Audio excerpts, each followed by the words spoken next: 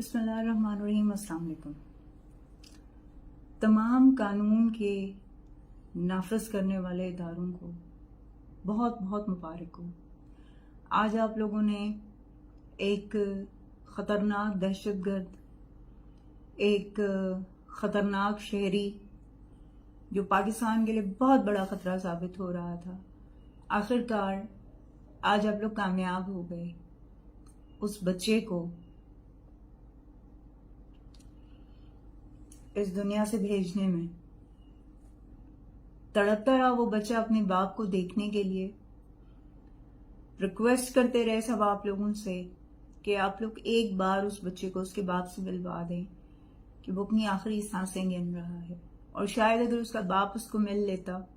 तो शायद उस बच्चे की कुछ सांसें जो है वो बहाल हो जाती, और शायद वो बच्चा आज उस जगह ना पहुंच जाता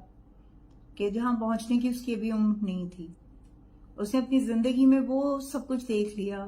वो दुख देख लिए, वो ज्यादतियां देख ली, वो जबर देख लिया, और वो नाइंसाफियां देख ली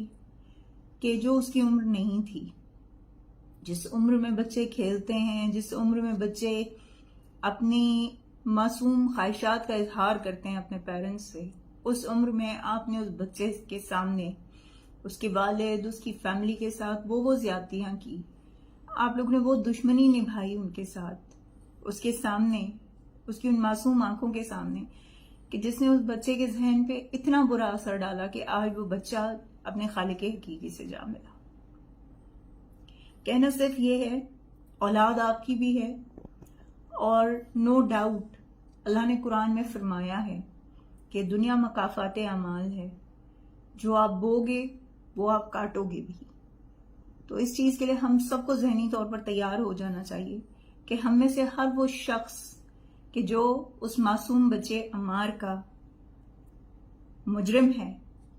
वो ये फसल जरूर काटेगा और वो ये सब कुछ जरूर देखेगा, क्योंकि रब्बुल आलमीन की लाठी बड़ी बेआवाज है, और उस रब ने ये वादा फरमाया है कि इंसाफ तो वो करेगा, और इंशाअल्लाह जब इंसाफ होगा